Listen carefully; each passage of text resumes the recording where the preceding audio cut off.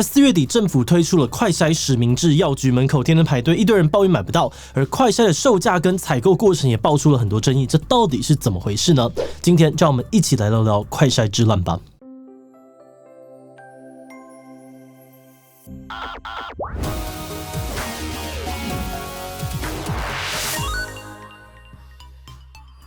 Hello， 大家好，我是志奇。最近台湾已经突破了单日5万例确诊的大关了。那随着感染扩大，快筛试剂的需求也就跟着急速的上升。所以政府就推出了1剂100元的快筛实名制，让大量的民众可以自主快筛。而快筛实名制在4月底上路的时候呢，每天药局门口都会排起长长的人龙，几乎都是一开卖就马上被抢光。有非常多的人都抱怨他们根本抢不到。而除了快筛供不应求的问题之外，也有人不满台湾快筛的价格卖得比很多的国家贵，甚至还有人质疑多家快筛厂商的背景不单纯，是跟民进党关系匪浅的绿油油企业。那到底这场快筛之乱是怎么回事？为什么政府有2年的时间超前部署，还是有这么多的争议呢？在开始讨论这些问题之前，我们按照惯例先进一段工商服务时间。有观众朋友是在帮公司品牌或者是各种机关单位做社群行销的吗？在行销的时候呢，如果要传递一些比较抽象、复杂或是沟通比较专业的讯息，用实拍影片的方式容易有各种限制。那么推荐你呢，这个时候或许可以考虑用动画来解决哦，因为通过解释型动画的视觉转化呢，可以让受众轻松的了解产品的功能或者是服务的价值，而形象动画呢，则是能够用充满想象力、生动有温度的方式传递企业的核心价值，奠定品牌的长期影响力。那不管是什么类型的专案，我们的简讯设计团队呢，都能够提供完整的客制流程，从前期的企划到视觉策略、实际执行，我们都会帮忙一条龙的规划，量身打造最适合你的动画素材。而此外，如果你还有其他不论是像是 logo 动画、频道片头，或者是任何动态制作的相关需求，也都欢迎来信洽询哦。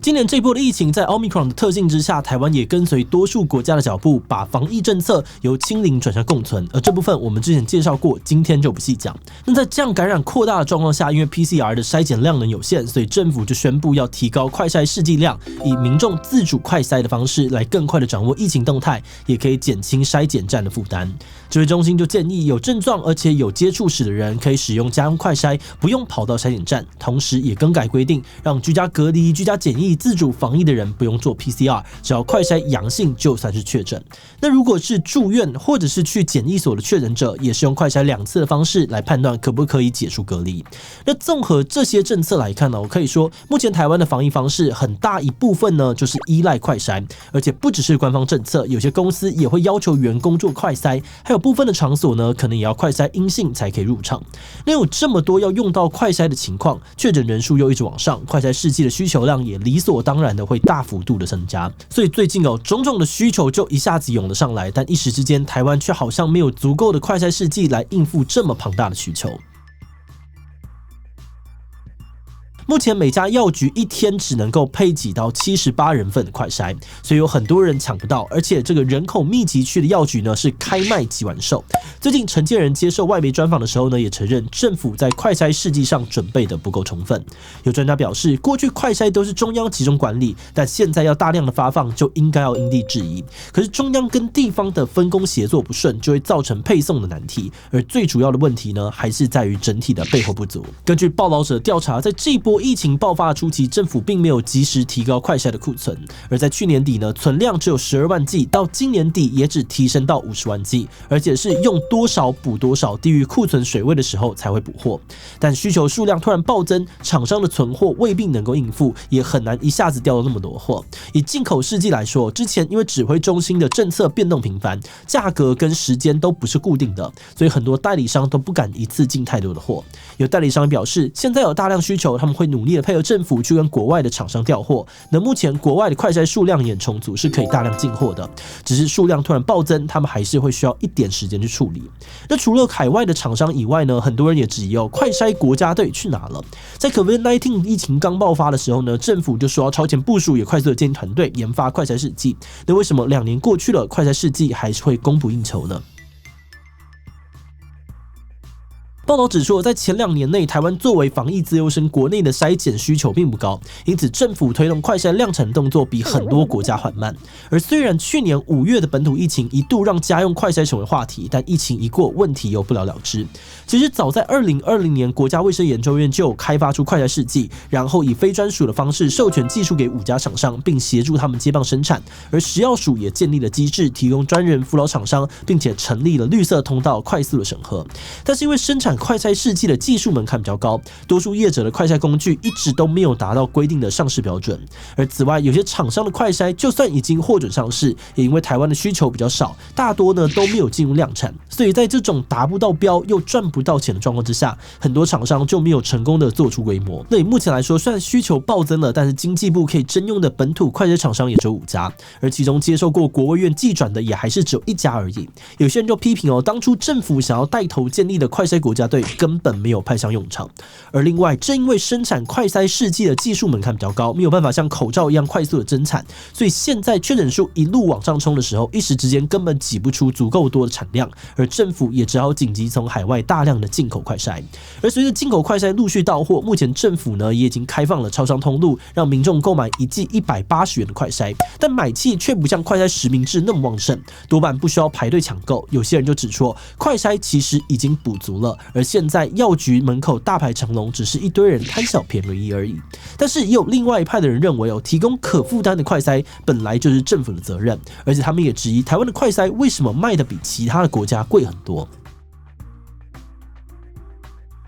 日前，立委高嘉瑜指出，在德国有贩售1剂不到台币50元的铜板价快筛，有些人就质疑欧洲的生活水准比台湾高，快筛却便宜快一半，是不是台湾政府把民众当成是快筛盘子呢？不过，比对其他国家的快筛价格，其实每个国家的差异都很大。像是美国的快筛价位呢，多半比较高，现在1剂多半落在台币可能250元到300元之间。而且在不同的疫情状况之下，快筛的价格也会变动。以韩国来说，他们今年初疫情高峰的时候，国产快筛1剂大约是130元台币，现在则是降到了80元左右。而另外每个厂牌的价位呢也差异很大。以德国来说，他们现在有贩卖很多不同厂牌的快筛。高嘉瑜说的铜板价快筛呢是中国厂牌，1剂定价约55元，而台湾也有进口的瑞士厂牌罗氏，1剂呢则是大概在250元左右。也就是说，要直接说台湾快筛到底算不算太贵，可能不是很好比较。但有人也指出，有些国家的快筛虽然很贵，但是在疫情严重的时候，政府有提供大量的免费快筛，像是今年初美国有准备了5亿套居家快筛开放给民众免费订购。那么台湾有办法做到大量免费发放或者是降价吗？以国产的快筛来说，很多业者表示，目前的价格对他们来说几乎没有利润，因为之前的市场需求低迷，产量不高，前期投入的研发成本还没有回收，而现在的生产成本也不低。那至于进口快筛，除了需要考虑运费，而且台湾的审核标准参照美国比较严格，所以目前买的几乎就是本身定价就比较高的罗氏、雅培快筛，价格真的很难再压低。但是这边也有人进一步指控，很多跟政府配合要去采购试剂的厂商背景有些问题。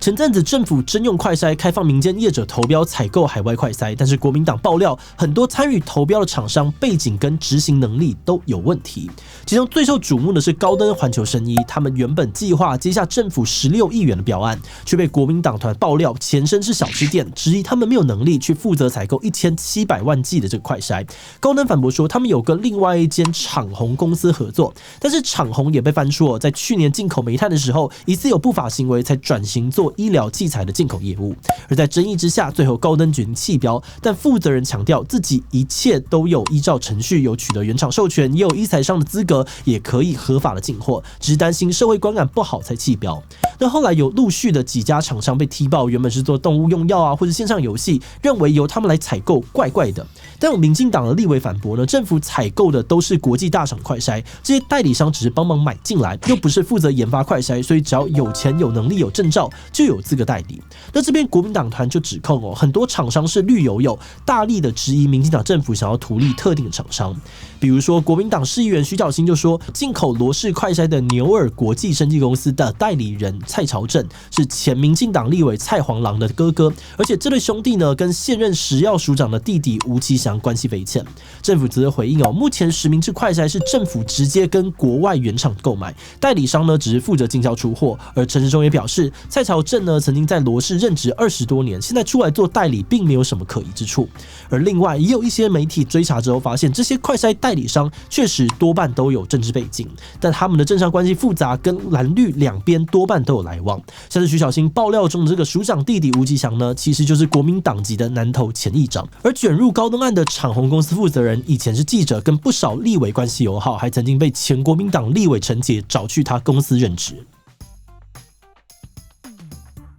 我们在整理这一次快筛之乱的时候呢，一开始觉得哇，怎么问题这么多？好像每天看到新闻都有不同的争议冒出来。那在研究之后，我们观察觉得这个民怨的感觉跟去年买疫苗有点类似。对民众来说，政府其实有很多的前车之鉴可以参考，感觉也有很多的时间准备。当他决定要共存、放宽防疫标准的同时，各种规定也让快筛的重要性逐步的上升。但当大家要去买的时候呢，才发现根本买不到，而且看着其他的国家都买到，好像还比较便宜，心中的这个相对剥夺感又会更强，所以这样子的不满很容易就会延烧到其他地方。那虽然以现在来说，快筛的数量已经渐渐补齐了，但我们认为这次的快筛之乱还是可以看得出来，至少在先后顺序部分，政府算是有明显的问题的。像是新加坡在确定他们要往共存的方向走之后，先积极的制定好各种应变计划，准备好防疫物资，才开始放宽防疫。那我们知道疫情变动的速度很快，很多政策难免会需要跟着调整，但是防疫这件事情毕竟还是需要所有人一起配合才能完成。所以我们认为要让大家都能够在自己的位置上面发挥作用，一套能够保持弹性但是原则清楚的机制就特别的重要。像现在政府取消10连制，也不再公布足迹之后，很多民众就会不清楚自己什么时候应该要快筛，什么时候要自主健康管理，那如果筛到阳性了要怎么处理等等。那关于这些面向的问题，我们明天会再做一支影片，就请大家再稍等一下咯。那最后也想来问大家，在这一次的快筛之乱当中，你最在乎的问题是什么呢？买不到，既然要大家快筛，那应该呢就要让大家方便取得，排队排那么长，我也会担心群聚。比卖太贵现在常常要快筛，但是一次就要100，不是人人都负担得起的。C 厂商问题真的很讨厌政商勾结这种事情，尤其发灾难财的观感更差。第一，我觉得好像都还好，现在已经有改善了。其他请留言告诉我们吧。最后，如果你喜欢今天的影片，欢迎分享出，让更多人知道快筛之乱在吵些什么。此外呢，也可以点击这个地方看看2年前的口罩之乱，以及上个月的台湾大确诊时代。那么今天的这期就到这边告一段落，我们就明晚再见喽。